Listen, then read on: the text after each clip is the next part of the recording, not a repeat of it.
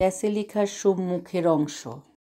2024-এর নভেম্বরের 5 তারিখে আমরা মেক্সিকো এয়ারপোর্ট থেকে সরাসরি চলে গিয়েছিলাম ব্যাসিলিকা অব সান্তা মারিয়া দা গুয়াদালুপে। গুয়াদালুপের রানী মা মারিয়ার এই চিত্রটি মেক্সিকোর সর্বত্র রয়েছে। আমরা কেন এই ব্যাসিলিকায় গিয়েছিলাম সেটি বলার আগে এই গুয়াদালুপের সত্যিকারের অলৌকিক একটি ঘটনার কথা বলতে হবে। এই অলৌকিক ঘটনাটির জন্যই মেক্সিকো দেশ এতটা জনপ্রিয় হয়ে আছে। গল্পটি সাধু জুয়ান দিয়াগোর গল্প। আশ্চর্যজনকভাবে সাধু জুয়ান দিয়াগো মা মারিয়ার দর্শন পেয়েছিলেন এইখানে, তারই গল্প এটি। আমরা এখানে যে বিরাট বড় চত্বরটি দেখতে পাচ্ছি এবং হাজারো মানুষের মেলা, এখানে আশেপাশে আছে বিল্ডিং অ্যান্ড বিরাট বড় চত্বরটি। আর এই যে এত সুন্দর রঙিন গেটটি আছে, এটি হচ্ছে কমপ্লেক্সের প্রধান গেট। এর ভেতর দিয়েই আমরা ব্যাসিলিকাতে যাব। আর এইখানে যে এই যে এত সুন্দর জায়গাটি, এর চারপাশ ঘিরে আছে দোকানপাট, অনেক অনেক দোকানপাট, ভাসমান দোকানপাট এমনিতে আছে। বড় বড় বিল্ডিং এর ভিতরেও যে সমস্ত দোকানপাট আছে, এই সবখানি পাওয়া যায় ধর্মীয় জিনিসপত্র। তারপর আছে রেস্টুরেন্ট, খাবার দাবারের রকমারি সব ফাস্টফুড দোকান। যারা তীর্থযাত্রীরা আসে এখান থেকেই তারা সারাদিন এই ব্যাসিলিকাতে ঘুরে, আর এখান থেকে তারা খেতে পারে এবং সোভিনিয়র ও নানান রকমের জিনিসপত্র কেনাকাটা করতে পারে। এটি হচ্ছে ওল্ড ব্যাসিলিকা, যার সরকারি নাম হলো temple expiatory to Christ the king. বাংলায় বলা হয় খ্রিস্টরাজার প্রায়শ্চিত্ত। এই গির্জাটি নির্মাণ করা হয়েছিল 25শে মার্চ 1695 সালে। প্রথম পাথর স্থাপনের মাধ্যমে নির্মাণ কাজ শুরু হয়েছিল। ব্যাসিলিকার এই অভ্যন্তরের বিবরণ দেবার আগে একটি অলৌকিক ঘটনার কথা বলছি।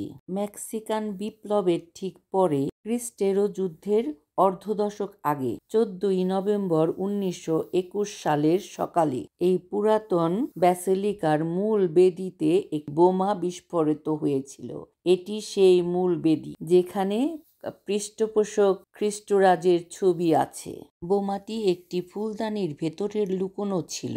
লুকিয়ানো পেরেস কার্পিও প্রেসিডেন্সি 1100 প্রায় সেক্রেটারিয়েটের কর্মচারী ছবিটির সামনে এই বোমাটি রেখেছিলেন ফুলদানির ভেতরে। সকাল 10:30 নাগাদ এটি বিস্ফোরিত হয়েছিল, যার ফলে গির্জার প্রায় 95% ধ্বংস হয়েছিল। কিন্তু আশ্চর্যজনকভাবে সেখানে সেই বেদির উপরে রাখা মা মারিয়া সেই অলৌকিক চিত্রের কিছুই হয়নি, বিন্দুমাত্র ক্ষতি হয়নি। শুধুমাত্র বেদির 1 মিটার উপরে রাখা একটি পবিত্র ক্রুশ বাঁকানো ছিল। দেখেই বোঝা যায় যে এই ক্রুশটি সেই ছবিটিকে রক্ষা করেছিল। ওই বছরই এই বেদিটি মেরামতের পরে প্রভু যিশুর এই পবিত্র ক্রুশটি তৈরি করা হয়েছিল, আর এটিকে বেদির 1 মিটার উপরে রাখা হয়েছিল।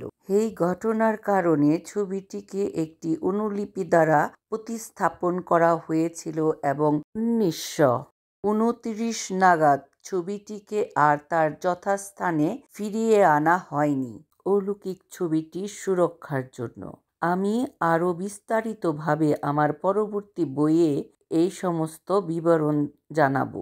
ভিডিওতে এত কিছু বলা সম্ভব নয়, তাই আমার বইটি পড়লে আপনারা এর সম্পর্কে বিস্তারিতভাবে জানতে পারবেন। ট্যাপিয়াক পাহাড়ের উপরে মা মারিয়ার নির্দেশিত গির্জা এই ছবিটি রাখা ছিল, কিন্তু এত উপরে চড়া সবার পক্ষে সম্ভব ছিল না।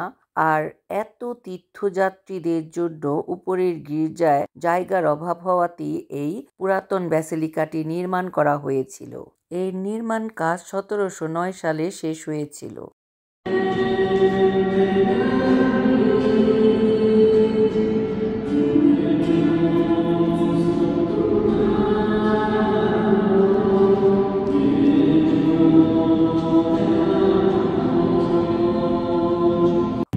ব্যাসিলিকার পাশের এই গির্জাটির নাম হচ্ছে টেম্পল অ্যান্ড কনভেন্ট এস লাস ক্যাপুচিনাস। এই কনভেন্টটি নির্মাণের ফলে ওল্ড ব্যাসিলিকার অনেক বড় ক্ষতি হয়ে গিয়েছিল। সাধু দিয়াগোর চিত্র এইটি। এই চিত্রটিতে পাশাপাশি আছে ওল্ড ব্যাসিলিকা আর কনভেন্টটি। এই লাল রঙের গম্বুজওয়ালা এটি হচ্ছে কনভেন্ট। ওল্ড ব্যাসিলিকার পূর্ব দিকে অবস্থিত এই কনভেন্ট। সোর মারিয়া আনা এই কনভেন্টটি ক্যাপাচিনো মহিলাদের জন্য প্রতিষ্ঠা করেছিলেন। 1792 থেকে 1797 সালের মধ্যে এই কনভেন্টটি নির্মিত হয়েছিল। দেয়ালে লেখা আছে এই কনভেন্টটির নাম, কিন্তু 1976 সাল থেকে 1982 সালের মধ্যে এই কনভেন্টটি ভূপৃষ্ঠের অস্থায়িত্বের জন্য ধীরে ধীরে ডেবে যাচ্ছিল। যদিও এই কনভেন্টটি মেরামত করা হয়েছিল, তারপরও এই কনভেন্টটি তুলনামূলকভাবে এখনো পর্যন্ত যথেষ্ট পরিমাণ ডেবে গেছে। তীর্থযাত্রার প্রথম দিন এই কনভেন্টটিতে আমাদের প্রথম খ্রিস্টজাগ উৎসর্গ করা হয়েছিল। এই কনভেন্টটির ভেতরের অংশ, এখানে উপনিবেশিক 131 জন লেখক, 77 জন ইতালীয়, 23 জন স্প্যানিশ এবং অন্যান্য জাতীয়তার স্কোর সহ মিউজিক্যাল আর্কাইভ আর লাইব্রেরি রয়েছে।